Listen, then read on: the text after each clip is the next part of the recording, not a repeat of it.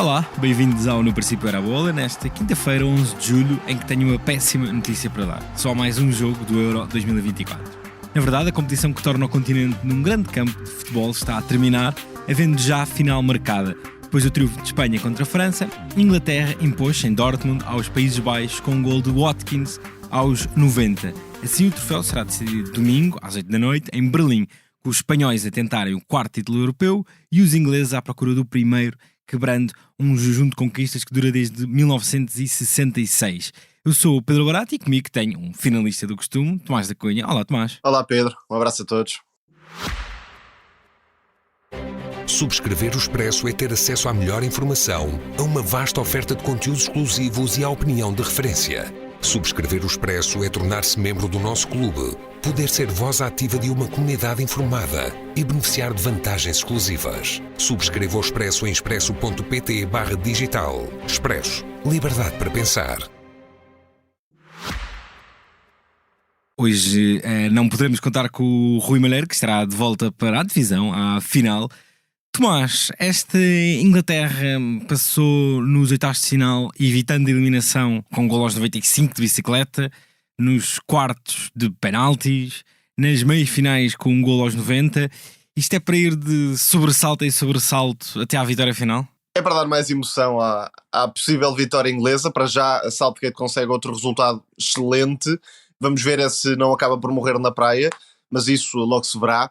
Agora, há dois fatores que podem explicar isso que referiste. Um deles é o sentido de urgência, com o qual me parece que esta Inglaterra lida bem. Ou seja, é uma equipa que na hora do aperto consegue encontrar soluções mais individuais até do que coletivas. Neste caso, houve ainda assim uma aposta arriscada, mas corajosa de Southgate, trocando Kane e Foden por Palmer e Watkins, que marcaram o golo da vitória. Aliás, tenho forçosamente de destacar isto, é que o Watkins não é um jogador com uma carreira linear, é um jogador que apareceu de forma tardia até no grande futebol inglês e prova mais uma vez que de facto a pirâmide em Inglaterra é qualquer coisa de extraordinário e o elevador existe.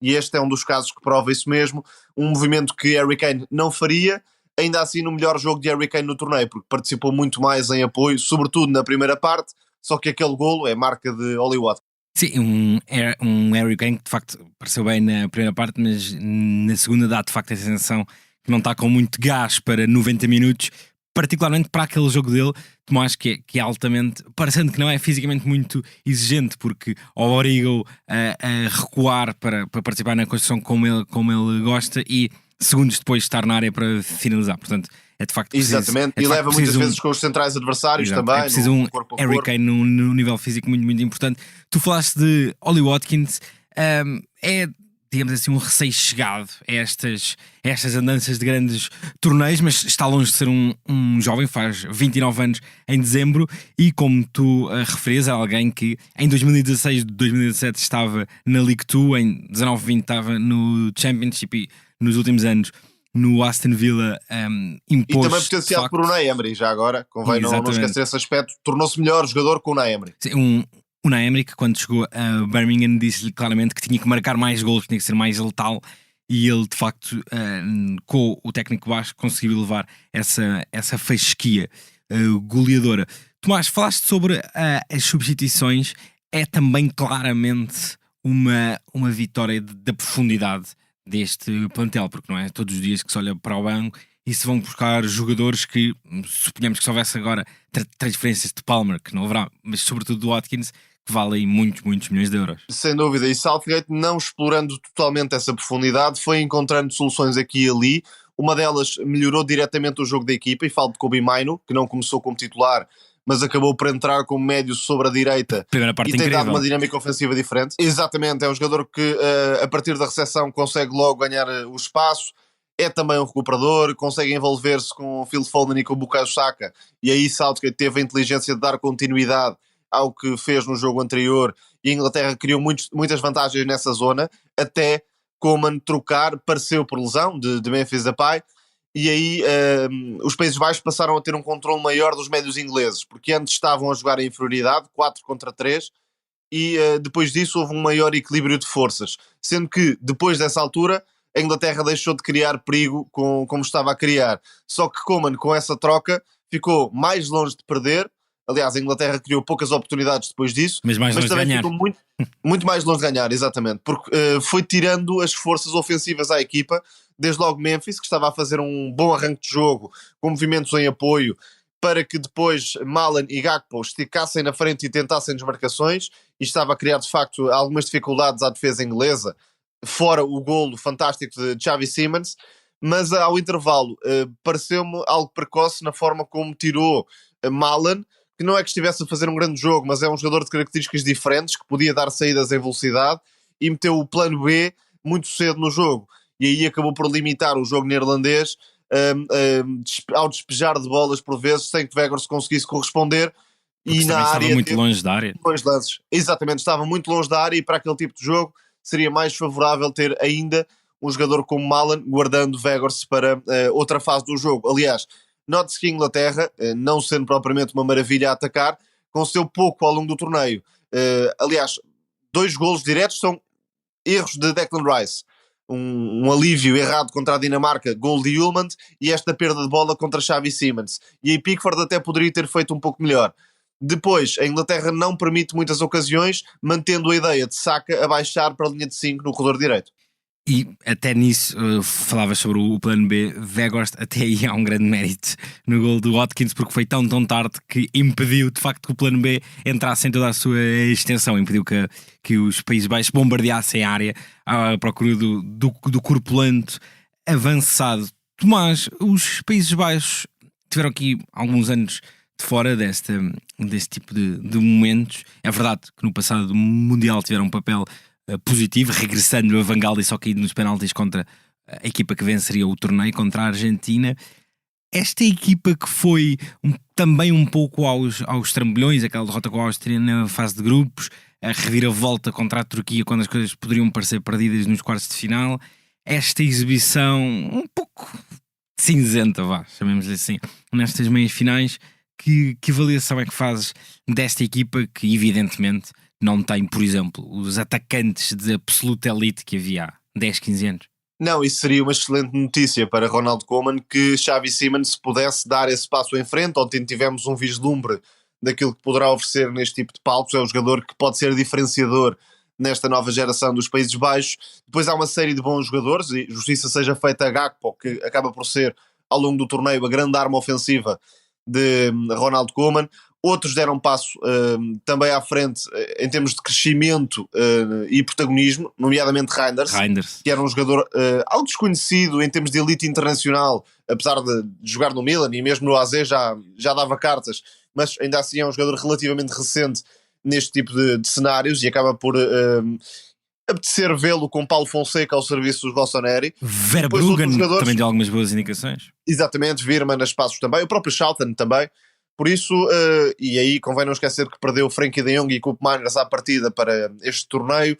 Depois, obviamente, não podemos esquecer, por exemplo, Nathan Ake, já que Van Dijk não fez o melhor dos torneios, e De Vrij fica no gol de Watkins. Exato, curiosamente essa dupla de centrais, que é talvez a zona onde se concentram dois jogadores com muita tarimba deste tipo de jogos, acaba por fazer um torneio assim, não é? Quer De Vrij, quer o Van Dijk, por exemplo.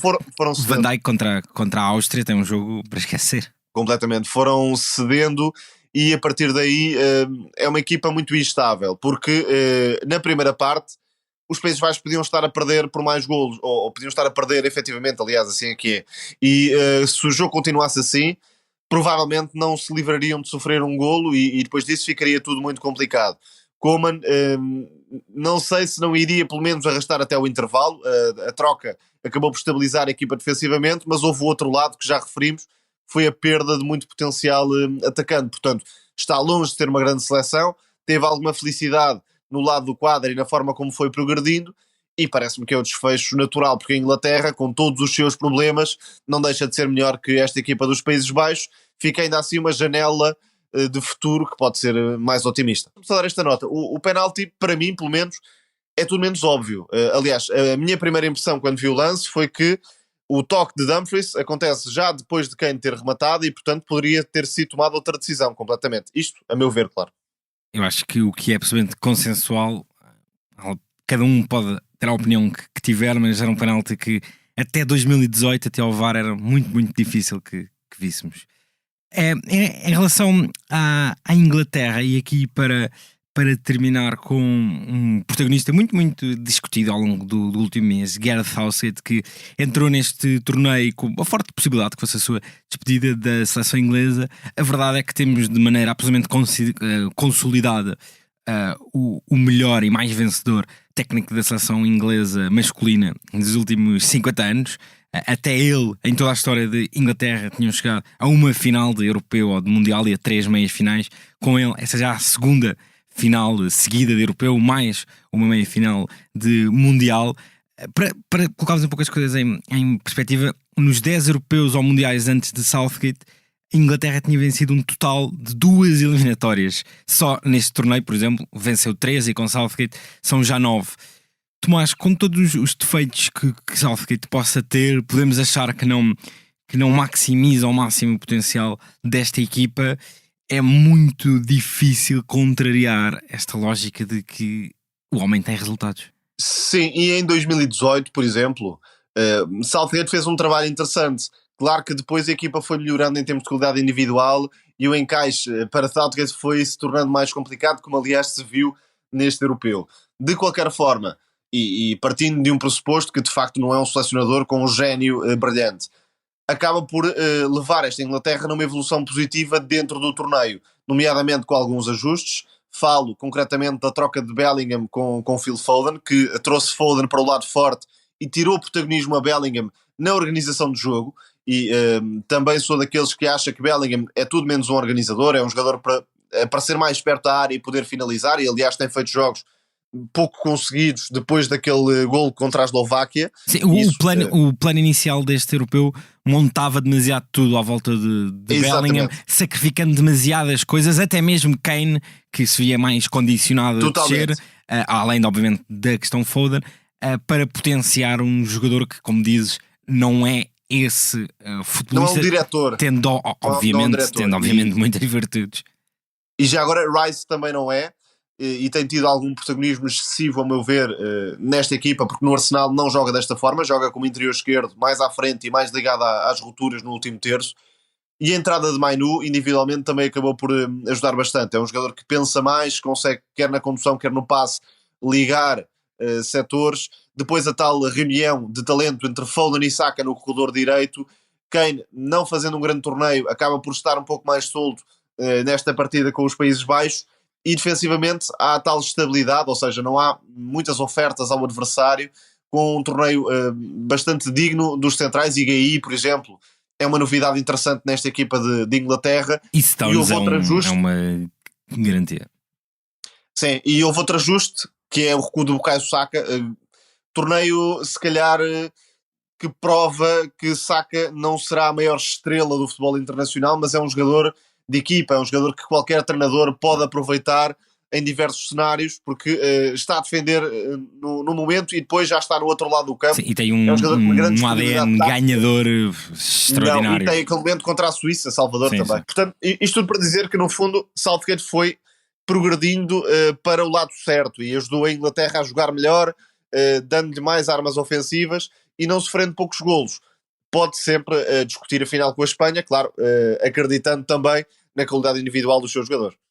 Portanto, para fecharmos, olhando já essa partida de Berlim, acredito que possas dar favoritismo à Espanha pelo que temos visto, mas que há de facto aqui a possibilidade de se quebrar este longuíssimo jejum que dura desde 66. Sim, a Espanha tem favoritismo na medida em que é a melhor equipa e está com os jogadores inspirados também no ataque, e isso faz toda a diferença, ou pode fazer toda a diferença. Agora, não creio que haja uma diferença esmagadora entre as equipas, porque a Inglaterra, por mais que tenha problemas, também tem armas importantes no ataque. Por exemplo, os atacantes franceses sofreram, houve ali um raio de luz de Mbappé, mas foi isso, não houve muito mais a mostrar no ataque francês. A Inglaterra tem outro tipo de jogadores que chegam a este torneio em condições melhoradas, ou pelo menos não sendo a versão ideal, conseguem acrescentar algo. E já se provou também que Southgate, em caso de necessidade, vai ao banco e tira qualquer coisa. Portanto, acho que a Inglaterra pode perfeitamente discutir o jogo. Não sei se não vai adotar aquela postura muito conservadora que tira mais a equipa do que ajuda. Veremos qual é a ideia de Southgate e se a Espanha consegue fazer o seu jogo, como prometeu Luís de la Fuente ontem em antevisão. E Tomás, se a final for longa, e temos tido alguma tradição de finais longas, a final do último Mundial, a final do último Europeu, a final do Europeu anterior, aí há claramente uma vantagem a nível de profundidade de plantel do lado inglês. Exatamente, e a defesa espanhola, como também já se percebeu ao longo do torneio, não transmite grande fiabilidade, e nesse sentido um Saka, um Foden, um Bellingham, um Kane, um Oli Watkins ou um Cole Palmer saídos do banco podem sempre encontrar um golo salvador. Depois é uma final, é um jogo único, portanto pode haver um dia menos bom de Espanha ou dos atacantes de Espanha, a mesma coisa com os atacantes ingleses. Por isso a Espanha, sendo melhor equipa, tendo mais capacidade de controlar o jogo do que a Inglaterra, tem também algumas lacunas que podem ser exploradas por estes 11 ingleses, e se há coisa que a Inglaterra tem provado é que há aqui um sentido coletivo e uma vontade de fazer história que não existia noutros momentos. Ou seja, esta não é uma equipa de pé frio, muito pelo contrário, pode até perder a final, mas chega lá com sofrimento e com alma. Há claramente esse propósito nesta equipa que eventualmente despedir-se-á de Southgate depois do torneio. Foi então mais um No Princípio Era a Bola. Tomás, obrigado. Obrigado, Pedro, um abraço. A sonoplastia foi do Tomás Delfim. Nós voltaremos para antever essa final de Berlim, Espanha, Inglaterra. Obrigado.